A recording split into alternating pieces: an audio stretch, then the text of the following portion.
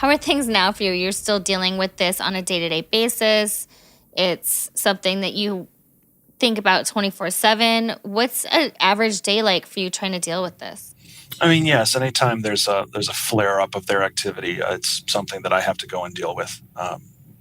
Sometimes that means, a few minutes a day. Sometimes that means a couple of hours a day where I'm dealing with this. And this is all time that should be better spent, with me writing novels, writing more op-eds for newspapers, just doing the things that actually advance my career and allow me to earn an income. And all of this has been time stolen from that. Well, Christmas has come early. And I'm not just talking about the Ralph going to jail thing. That was spectacular. But no, the very first subject of one of my videos, and likely one of the most niche lolcows on the internet, Pat Tomlinson, has gone on a true crime podcast called Simply Stalking to discuss his 2.5 years struggle as a victim of stalking, which, by the way, is actually just bullying. But he went on to regale the hosts with tales of how r/Opie and Anthony, paradoxically the most hilarious and the most embarrassing subreddit in the world, has made him into a victim and a survivor, needing to speak out and let the world know he won't take it anymore. I'm a 40-year-old science fiction writer living in Milwaukee, Wisconsin. I enjoy the Packers, motorcycles, building models, and shooting guns. Well, that's exciting. Do you want to tell us what gang stalking is? Well, gang stalking, in the sense that I've been experiencing it, is simply being targeted by an unknown number of anonymous online people. I've been getting gang stalked for almost 2 years now online from a group of people that had originated on Reddit as a dedicated cyberstalking community. This is all that they've done for years, and in fact, many years before they ever came across me. I was certainly not the first target of their ire. This was a community that prided itself on anonymously trying to destroy people's lives, just innocent people that they picked kind of at random. And how did this gang stalking start? Well, it started in the summer of 2018 when I tweeted out that I have never personally found Norm Macdonald to be funny. And as innocuous as that may sound, that was enough of an infringement that this group of stalkers decided that they were going to dedicate years to trying to drive me to suicide over it. I mean, that's not a supposition on my case. That is their publicly and proudly stated goal. What happened in the very beginning? You made this tweet. And then what was the first things that they started doing? How did you find out you were being gang stalked? I didn't know it at the time, but the first thing that they did was that they initiated a mass false reporting campaign against my Twitter account. My Twitter account was at Stealthy Geek, and at that time, a little over 2 years ago, it had 36,000 followers, something like that.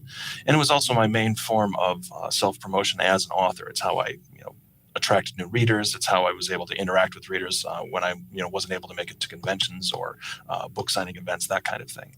I was also pretty well known as a political pundit back then. I went viral with a number of different tweets that had gotten quite a bit of traction and been retweeted by big accounts, had been, gotten me interviews with places like Salon Magazine, things like that. So what they did was that they had organized to have dozens and dozens and dozens of them make false reports of specific tweets that I've made. And so in so doing, they've tricked Twitter's moderation algorithms and their moderation team into suspending my account permanently. And that was a pretty big blow. And I didn't know where it was coming from. And the tweet that actually got me suspended the first time was actually very innocuous. And it was something that, you see people say some variant of it, dozens of times a day. It was not in any way against any of Twitter's established terms of service. But because of the scale of the number of reports, it's almost like a DDoS attack. It was just a way of tricking Twitter into believing that there was a problem where there was none, because Twitter makes the mistake and continues to make the mistake of just assuming that reports are made in good faith, when in fact their entire reporting system has been weaponized by trolls and stalkers like this in order to deplatform people who aren't actually breaking any of Twitter's rules. I'm not the first person that's happened to, and I won't be the last either. But So I woke up one day in September, I think it was, of 2018 to see that my Twitter account had been permanently suspended for reasons that I didn't understand at all. It was not until a sharp-eyed follower and reader of mine brought it to my attention that there was this group of people on Reddit who were just absolutely dancing in the streets over the fact that they had managed to get my account suspended. And when I started looking into them, that's when I realized just exactly what had occurred and just how large the scale of the problem was. And as I said, this was a group this was an infamous group. They were the most hated subreddit on the entire website, and they were proud of it. But I was hardly the first person that they had done something like this to. I was just the most recent. Tell us a little bit about Reddit. Like, can you kind of explain a little bit about how they interact on Reddit and how they would be able to do this to somebody?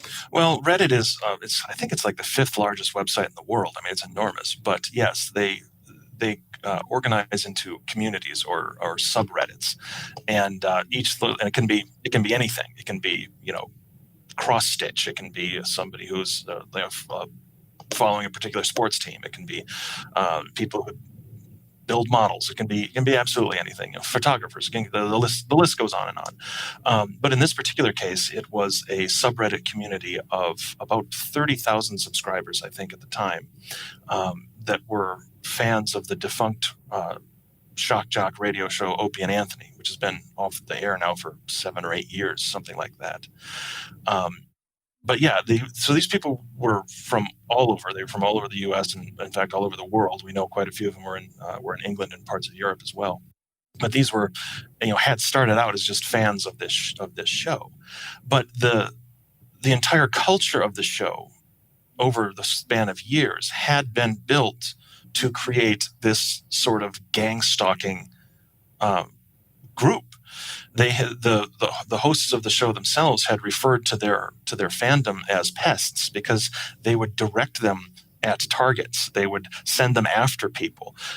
They had a feud with Howard Stern because they were both based in New York back in the early mid 2000s, and they had sent legions of their fans to go and disrupt Howard Stern's live appearances and places that he was speaking or doing promos or whatever.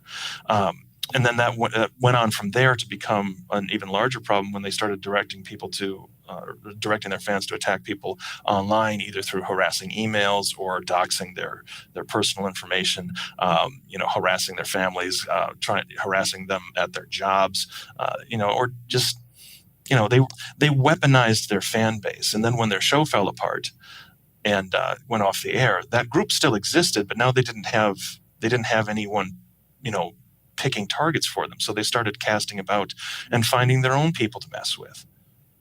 And this was something that had been cultivated for years, and then it just took on a life of its own and didn't go away, even though the show eventually died. When did you find out about other victims of their attacks? Oh, immediately. As soon as you went to the subreddit, there was, each thread was about a different person that they were trying to screw with. Each thread was about some new campaign of online terrorism against, another random person. They had gone after the comedian Patton Oswalt, for example. They were trying to start internet rumors that he had murdered his wife so that he could remarry the person that he ended up marrying, after her death. That never really took because it's Patton Oswalt and he's got, millions and millions of fans, but that was the attempt. Other people that they had gone after included, there's a singer-songwriter named Logan Lynn out of Portland, Oregon.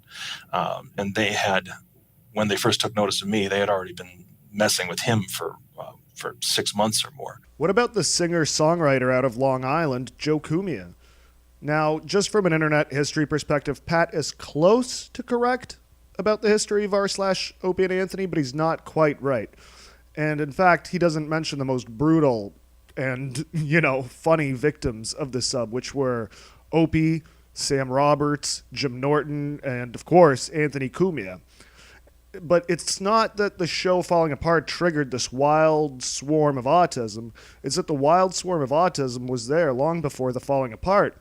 Now, Pat talks about Twitter for most of this interview, and I'm cutting most of that out because it's boring and because he takes it more seriously than he does his family being messed with Like, all he cares about is Twitter and his book reviews because he spends, I'm going to say 75% of the interview just talking about that. But let's hear some stories of what these terrorists have done. They know my home address, so they send me, they signed me up for all this junk mail. They send fraudulently ordered delivery food to my house every day, so that I have to go down and patiently explain to the person who thinks they're about to get a tip that, no, I did not order this food. No, you're sorry, you wasted your time. And especially this is happening during COVID, when a lot of these smaller places, they can't be affording to waste the food and manpower when they're just holding on anyway. I mean, it's an act of fraud that is stealing from local businesses, and it inconveniences me, but it doesn't hurt me in any way. But here's this poor delivery driver who just wasted half an hour of their time when they could be making a real run, and now they make no money. It's just again, it goes on and on like that. So yeah, doxing is just the act of releasing private information to make it easier for other people to harass someone or put them in physical danger too. Oh no, not the old ordering a pizza to your house, goof. Oh, that's just the worst. Is there anything else they've done? I mean, my house has been swatted twice now because of these people. The first time it happened was back in June, and I think it was a Thursday night. It was about 11 o'clock at night, and my wife and I are just sitting binging something on Netflix. I don't even remember what. We were several drinks into the evening because it was 11 o'clock during lockdown, and there's a loud knock at the door. I answer in a bathrobe, not knowing what's going on, and there are two uniformed Milwaukee Police Department officers with their hands on their guns, demanding to know where the children are. Which I did not respond to that accusation as tactfully as I could have. So that led to quite a little argument on my porch. But that was the point. I mean, they were trying to get the police to come up and shoot me dead on my porch. That's what they were trying to do. And the reason that I came to find out later that the reason the police had come was because one of these stalkers had created a fake Craigslist ad that they put up in the local Milwaukee Craigslist in the free section, using my name, using my telephone number, using my real home address, and claiming that I was giving away free sausage to homeless people, which I had made out of the bodies of African-American children that I had kidnapped and ground up into pepperoni in my basement. And so then they used that fake ad that they left up, which was only up for a very short time before Craigslist looked at it and went no, and took it down. But they used the existence of that ad to call in an anonymous tip to the Milwaukee Police Department, which led to armed officers with their hands on their guns, ready to shoot me. This is the first time I've heard this story, so I don't know if it's true, but I probably think it is, because it's fucking brilliant. So Pat decides if there's a community that hates him out there, he might as well form a community of anti-haters on his own. Oh, yes. If the gentleman I had mentioned earlier, his name is Logan Lynn, the songwriter, I had reached out to him, and between the two of us, I showed him, especially when it was so prevalent on Reddit, I showed him what I was doing with the DMCA takedown reports and what I was doing with, the threats of violence reports and so forth. And then we coordinated. Whenever I saw anything that they were doing against him, I would send him links so that he could make the reports. And same thing with him. If he saw anything that was a direct attack on me that I hadn't noticed yet, he would send the link over. And we became pretty effective at that. They moved on from him mostly because I was such an effective enemy, one that they'd never come across before. I mean, when they lost their entire subreddit community, that was an enormous blow to them. They'd never suffered anything even resembling consequences before. I mean, they'd been voted the most notorious and hated subreddit group on Reddit like 2 years in a row, and they were proud of it. I mean, they took pride in being the most hated people on the entire website. This is the kind of mentality that we're dealing with here. People that they were reaching out to try to ruin your reputation. What happened there? How did those people respond to that? Well, some some of them fell for it. Some of them had no idea who I was. And so I was just a random, as far as they knew, I was just a random person that was, reaching out saying these horribly sexist and offensive things to them, or in some cases, incredibly racist things. And so some of them fell for it. And in fact, one young lady who I won't name names, but she actually put a response that she had gotten from one of them pretending to be me up on Twitter. And within, I don't know, like it ended up getting 100,000 likes and it was shared like tens of thousands of times. And, I had to reach out to her and go, okay, listen, here's what's actually going on. That did not come from me. It came from one of this group pretending to be me. You're not the first person they've done this to. And eventually she realized that was probably the truth. But she never actually corrected the record publicly, which was kind of annoying. I wasn't real happy with her about that. But anyway, but others had been a little bit more savvy. And there have been a couple of women who, just sent me a PM or something and said, hey, is this you? And then, a screen grab of whatever email or message that they had gotten, on their blog or whatever. And I say, yep, nope, definitely not me. And then that almost always led to, finding another more powerful friend and another, powerful ally against this kind of thing. One of them, she had experienced something very similar to this. She had been getting stalked. In fact, her home had been swatted too. And it had happened, and her teenage son was the only person home at the time when the police showed up expecting trouble. And so, that was a terrifying evening for obvious reasons. But so she, we had that in common, even though we didn't have an awful lot of other things in common. But we made a heck of a connection over that. And so I was very grateful to her for not jumping the gun and for actually going and, looking up and seeing who I was and realizing that I'd been dealing with this for, well over a year at that point, before reaching out to me and before trying to drag me on Twitter. Abusing the DMCA. I'll never forgive that shit. It's the only reason he's become a yearly tradition for me. You can also hear that Logan Lynn got left alone for, leaving the subreddit alone. It's almost like Pat actively encourages this. Let's just hear some more thoughts and ideas that he has about the internet and the tactics they've used against him, their motivations and his motivations and the tactics he's going to deploy, just all this other nonsense hodgepodge. It's the performative cruelty aspect of it. It's like, whereas we would feel good by doing good things or helping people or, donating to a cause, these people feel good by destroying other people. That's what brings them joy. That's what they see as humor. That's what they see as entertainment.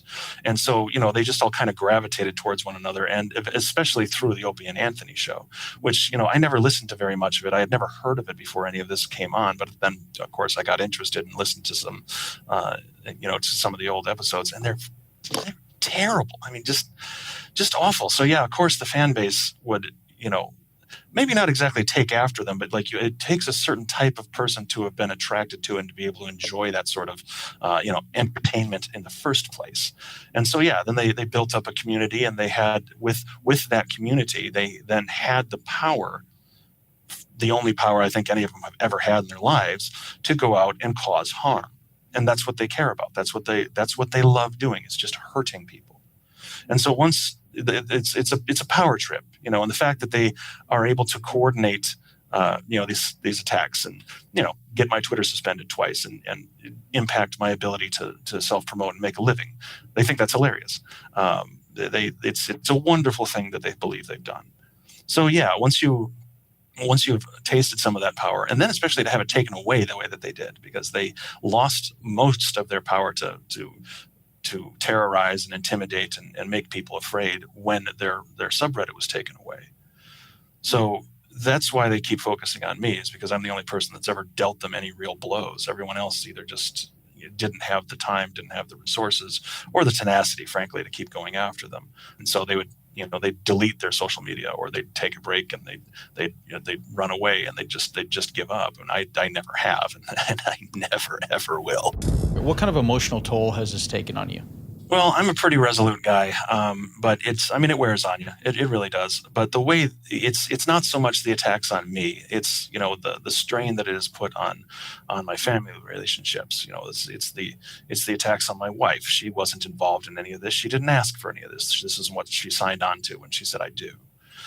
It's the attacks on her family. It's the things that they text her mother, saying about her daughter. That's the emotional toll that it takes, and it's mostly a toll of anger. That this continues to go on, and it continues to happen to people that I love and care about, and I'm, despite my best efforts, have not been able to bring it to a conclusion yet. That's where it really wears on me personally. Do you have a message for anyone participating in or thinking about participating in cyberstalking? We're coming for you. What's happening now is that I'm able to build a network of not only other victims, but other strong allies who have seen it happen, who have had it happen to them, who have had it happen to family members. And they are and again, we're not naming names yet, but they are some very popular, very powerful people who have connections all over the place. In some cases in the highest levels of government. So we're not talking anymore about, going and getting Reddit to change its harassment policies. We're talking about legislation.